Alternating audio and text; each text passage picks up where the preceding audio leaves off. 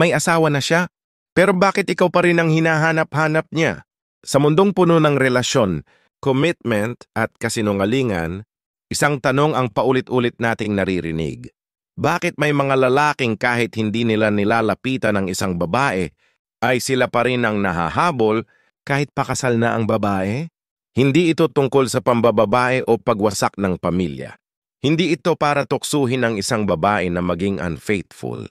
Ito ay tungkol sa isang malalim na katotohanan. Ang enerhiya ng isang lalaki, kapag stoic buo ang loob, tahimik pero may direksyon, ay natural na hinihila ang respeto, paghanga at atensyon kahit ng mga taong taken na. Ngayon, pag-uusapan natin ang katangian o ugali na kahit may asawa ang isang babae, ay patuloy ka pa rin niyang maiisip. Number 1, may lalaking tahimik pero malalim. Hindi mo siya nilalapitan. Hindi mo siya kinakausap araw-araw. Pero sa bawat pagtingin niya sa'yo, may hindi niya maintindihang tanong sa sarili niya, bakit parang gusto ko siyang kilalanin? Ano kayang iniisip niya? Bakit parang may lalim yung pananahimik niya? Ito ang stoic mystery. Ang lalaking hindi mapagkwento pero kapag nagsalita, tumatama. Hindi nagmamadali. Hindi nagpapasikat. Pero ramdam mo na alam niya kung sino siya. Ito ang lalaking may inner peace. At ang inner peace nakakaakit. Kahit hindi mo hinahangad, parang hinihila mo ang atensyon ng ibang tao. Lalo na ng mga babaeng stressed, emotionally drained, o nawawala ang direction sa relasyon nila. Real life example. Si Damara ay may asawa, 2 anak, at isang stressful na buhay. Pero tuwing nakikita niya ang kaopisina niyang si Mark, tahimik, pero mapagmasid hindi niya maiwasang humanga. Hindi dahil gwapo, hindi dahil mayaman, pero dahil parang kalma ito kahit saan siya ilagay. At bilang babae, instinctual ang paghanga sa masculine stability. Hindi ibig sabihin may gusto siya, pero may iniisip siya. At madalas si Mark ang iniisip niya. Sa Stoicism, sinasabi ni Marcus Aurelius, kapag ikaw ay lalaki na hindi natitinag sa emosyon, hindi reactive, hindi toxic, nagiging contrast ka sa mga lalaking marupok. At ang contrast na yan, nakakakuryente ng atensyon. Paano ito gawin sa buhay mo? Magsanay ng detached observation. Hindi lahat kailangan mong sabayan o pasukan ng opinyon. Maging intentional sa bawat salita. Mas mabisa ang tahimik na lalaki na nag-iisip kesa sa maingay na palaging may sinasabi pero wala namang saysay. Gumawa ng presence, hindi para mapansin, kundi para maramdaman ang bigat ng presensya mo kahit tahimik ka. Number 2, lalaking may direksyon kahit walang kasamang babae. Ang pangalawang dahilan kung bakit kahit taken na ang isang babae ay naiisip ka pa rin niya, may direksyon ka. Hindi ka naghahanap ng babae para sa motivation. Ikaw ang gumigising para sa sarili mong goal. Ikaw ang may plano at hindi mo kailangan ng validation. Kahit hindi ka niya kasintahan, ang energy mo ay nagsasabing, kaya kong mabuhay, magtagumpay at maging masaya kahit wala ka. At sa totoo lang, yan ang energy na gusto ng babae, kahit taken na siya. Real life scenario. Sa barangay ni Liza may kapitbahay siyang si Jerome. Tahimik lang si Jerome, laging may dalang tools, nagtratrabaho, nagnenegosyo. Hindi siya nagyayabang, pero unti-unting nagtataka si Liza. Bakit parang ang sipag niya? Paano kaya niya naabot yung naabot niya? Kahit may asawa na si Liza, nagiging curious siya sa success ni Jerome. Bakit? Dahil ang progress ng isang lalaki ay parang beacon. Kahit gaano ka-busy ang babae, mapapatingin siya. Stoic insight. Sa Stoicism, hindi mo kailangang ipakita ang ginagawa mo. Gawin mo lang.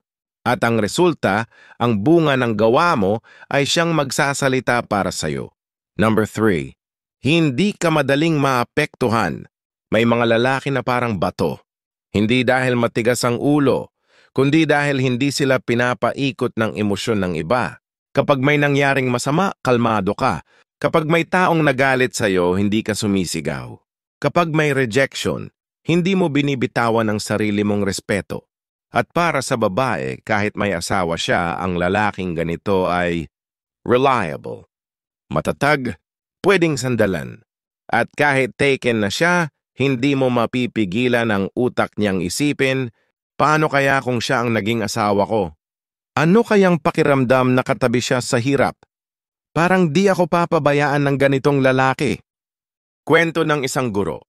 Si Teacher Ann ay may asawa, pero tuwing may stress siya sa eskwela, alam niyang pwede siyang lumapit kay Sir Carlo, isang teacher din na hindi pala sigaw, hindi reklamo, pero laging nandyan.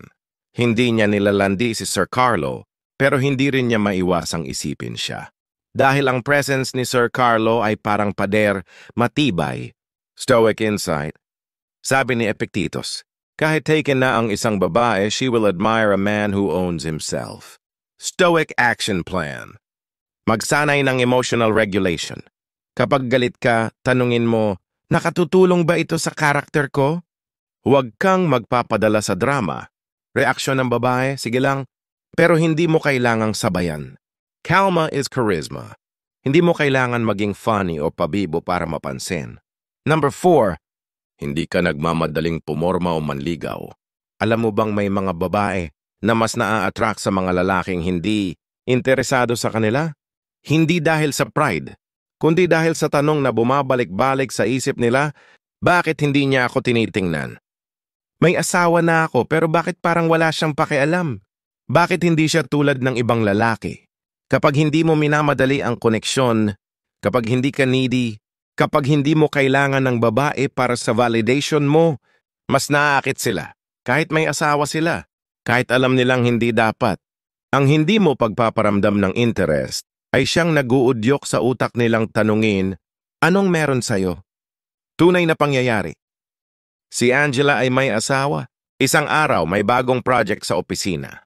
Na-assign siya kay Josh, isang lalaki na polite, mabait pero hindi flirt. Professional, calm, focused. Wala man lang pambobola. Walang lambing. Walang motibo. Pero pagkatapos ng ilang araw, napansin ni Angela, hinahanap-hanap niya ang presensya ni Josh. Bakit? Dahil hindi siya pinursige ni Josh. At sa utak ng babae, ito ang lalaking mahirap makuha.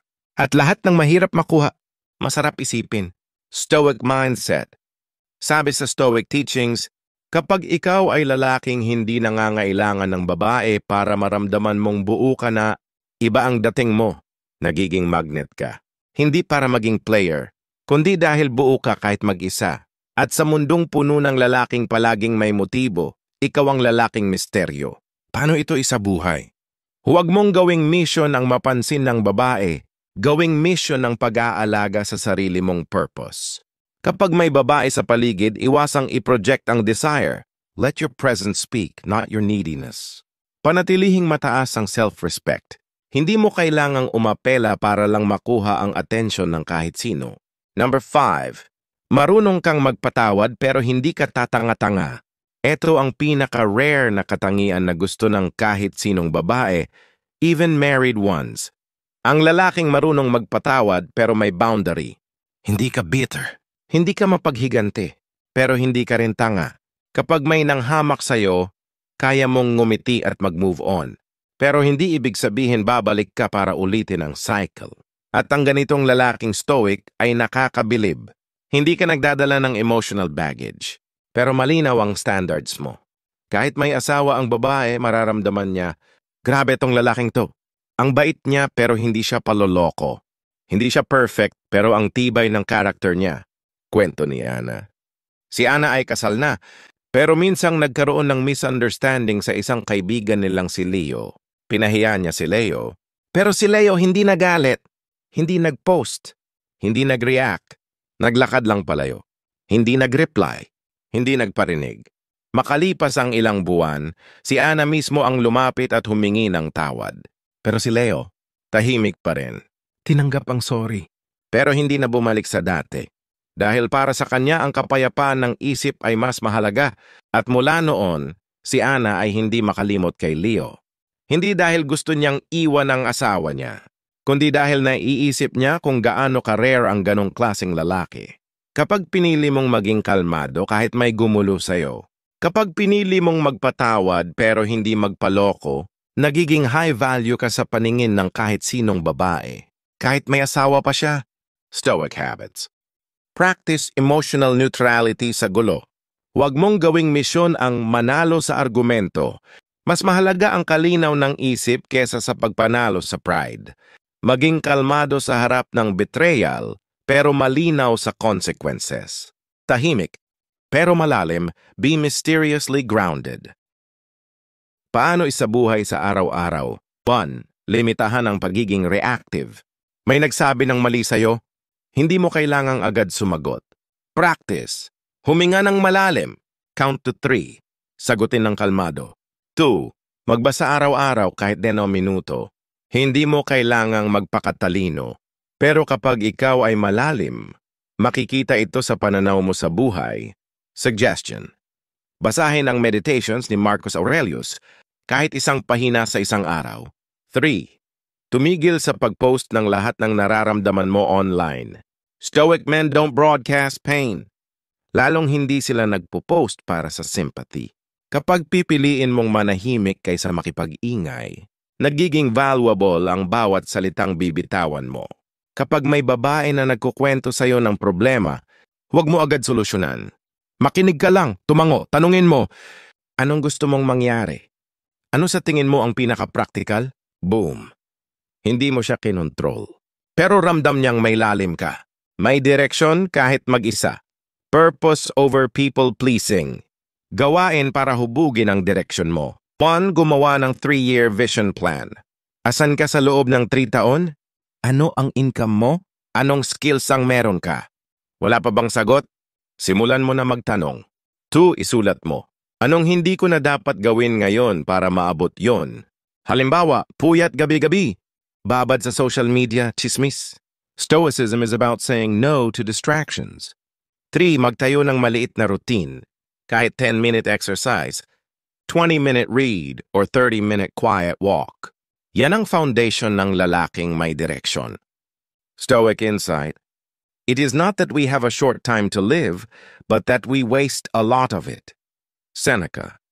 Kapag ikaw ay abala sa mission mo, ang babae, taken man o hindi, mapapaisip. Bakit ang sipag niya? Paano kaya maging partner ng ganitong focused na tao? Hindi mo hiningi ang atensyon, pero ibibigay nila. Hindi ka madaling maapektuhan. Control your inner world. Daily practice para sa emotional control. 1. Mag-journal ng trigger moments. Halimbawa, nagalit ka sa traffic, sa kapatid mo, sa jowa mo, isulat. Ano ang naramdaman ko? Bakit? Ano dapat ang mas stoic na response? 2. Gumamit ng stoic pause. Bago ka mag-react sa kahit ano, itanong mo, may control ba ako dito? Kung wala, bakit ko ito pag-aaksayahan? 3. Avoid venting publicly. Stoic men process pain privately. Kung kailangan mo ng tulong, lapitan mo mentor, not the internet. Kapag may babaeng testy, sarcastic o mapaglaro sa salita, huwag mong balikan ng insulto. Mag-smile ka lang at sabihin, okay ka lang? Mukhang bad day yan ah. Hindi mo siya sineryoso. Hindi mo siya ininsulto. Pero pinakita mong hindi mo siya kayang kontrolin ang emosyon mo. Hezuta. Respect. At respeto ang unang hakbang bago paghanga. Number 4. Hindi ka nagmamadali. Presence over pursuit. Paano ka maging low effort pero high impact? 1. Maghintay ng 24 oras bago ka mag-reply sa temptations. May nag-like sa story mo? I-reply agad? Hindi. Stoic men respond, they don't chase. 2. Huwag kang magpakita ng interes agad. Even if she's attractive, sabihin mo lang, mukhang passionate ka sa ginagawa mo, ha? Hindi physical pero respectful. 3. Focus sa sarili mong narrative. Sa halip na tanungin, nagustuhan ba niya ako? Itanong mo, gusto ko ba ang sarili ko sa interaction na yun? Mas naiisip ng babae ang lalaking hindi nagpapakitang interesado. Kasi yun ang rare. At lahat ng rare, pinag-iisipan. Number 5. Marunong magpatawad, pero may boundary. Kind but dangerous. 1. Kapag may sumira sa tiwala mo, patawarin mo. Pero hindi mo kailangang ibalik siya sa dating posisyon sa buhay mo. Patawad access. 2. Practice silent withdrawal. Kapag may taong disrespectful, huwag kang mag-post, mag-rant, o mang-away. Umalis ka lang, tahimik, malinis. 3. Pag may babae na naglaro sa'yo, smile, then disappear. Walang sumbat. Walang drama, Kung may babae mang na-attract sa'yo, hindi dahil gusto mong pansinin ka, kundi dahil hindi ka katulad ng karamihan, hindi ka madaling paikutin, hindi ka clingy, hindi ka nagpapakamartyr. At doon siya napapaisip, paano ko siya makukuha? Bakit siya hindi katulad ng iba? Ang babaeng taken, pero nahuhulog sa'yo? Tanong, paano kung bigla siyang mag-confide sa'yo?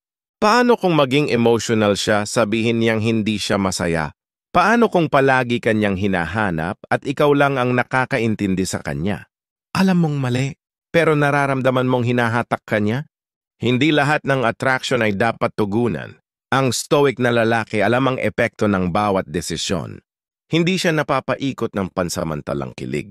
Alam niya, masisira ang buhay ng babae, masisira ang sarili niyang inner peace, masisira ang prinsipyo niya. Hindi porke gusto ka ay para sa'yo na siya. At hindi porke kaya mo ay dapat mong kunin. Ang stoic man ay may kakayahang tumanggi sa bagay na gustong-gusto siya. Temptation versus self-respect. Reality check. Kapag ang isang babae ay may asawa, pero mas nag-o-open up siya sa'yo kaysa sa partner niya, madalas hindi ito admiration. Madalas ito ay emotional leakage dahil may kulang sa relasyon nila. Ang tanong, gagamitin mo ba yan para makalusot ka? O magiging mature ka at paparamdam sa kanya kung ano ang tamang hangganan? Practical boundaries ng stoic man. 1. Huwag mong i-fulfill ang emotional needs ng isang babaeng may partner. Kung sa'yo siya humahanap ng lambing, iwasan mo.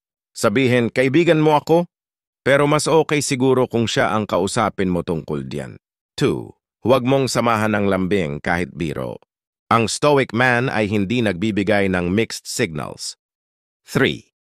Kahit gusto mo siya, ang respeto mo sa sarili mo ang mas mahalaga. Hindi mo kailangan sirain ang katauhan mo para sa pansamantalang intimacy. Kapag hindi mo pinatulan ng tukso, hindi ka mahina, mas malakas ka pa nga. Ang enerhiya ng unshakable man, sa mata ng isang babae ang lalaking hindi matinag, hindi nagpapanik, hindi nagyayabang, hindi nagmamakaawa, hindi nagpapakita ng insecurity. Ang stoic man ay may presensya na nagsasabing, hindi ako lalapit para mapansin. Ako'y naglalakad kasi alam ko kung saan ako pupunta. Signs na ginagamit ka lang. Hindi lahat ng babaeng nagpapakita ng interes ay tunay. Minsan ginagamit ka lang para sa emotional validation, ego boost, tagapuno ng kakulangan sa partner niya. Red flags na ginagamit ka lang. 1. Pag sinasabi niyang, ikaw lang talaga ang nakakaintindi sa akin, pero hindi niya kayang tapusin ang relasyon niya. Ikaw ang pansamantalang escape, hindi commitment. 2. Kapag tuwing may away sila ng partner niya, sa'yo siya tumatakbo. Hindi respeto ang motibo, kundi comfort. 3. Kapag gusto kanyang palaging available, pero ayaw niyang seryosohin ang konsepto ng kayo. Emotional affair yan. At minsan mas masakit pa kaysa physical. Ang tunay na stoic power, walking away with grace. Kapag ikaw ay stoic, hindi mo kailangang manalo sa lahat ng sitwasyon. Minsan, ang pinakamalakas na hakbang ay ang paglayo. Ang lalaking marunong umiwas sa tukso, lumakad palayo sa gulo, at tumangging sirain ang buhay ng iba. Siya ang lalaking pinapahalagahan sa huli. Paano matutunang lumayo? 1. Ilagay ang sarili mo sa kapayapaan, hindi sa komplikasyon. 2. Magpaalam ng tahimik. Hindi mo kailangang magdrama o maglabas ng sama ng loob. Kalmado. Buo ang loob. 3. Lumakad palayo para manatiling malinis ang dignidad mo. Dahil darating ang araw, siya ang magbabalik tanaw. At ikaw ang iisipin niyang what if. Hindi mo kailangang manira ng pamilya para mapatunayan na desirable ka. Hindi mo kailangang lumabag sa prinsipyo para maramdamang gusto ka. Ang tunay na stoic man ay ginagalang kahit walang effort, minamahal kahit hindi humahabol, hinahabol kahit hindi nagpaparamdam, at sa dulo, siya ang pipili kung sino ang karapat-dapat sa kanyang atensyon. Kung gusto mong maging lalaki na hinahanap-hanap kahit taken na ang babae, like mo itong video. Comment din kung alin sa mga traits ang gusto mong i-develop. At syempre subscribe para sa mas marami pang tips para maging stoic man.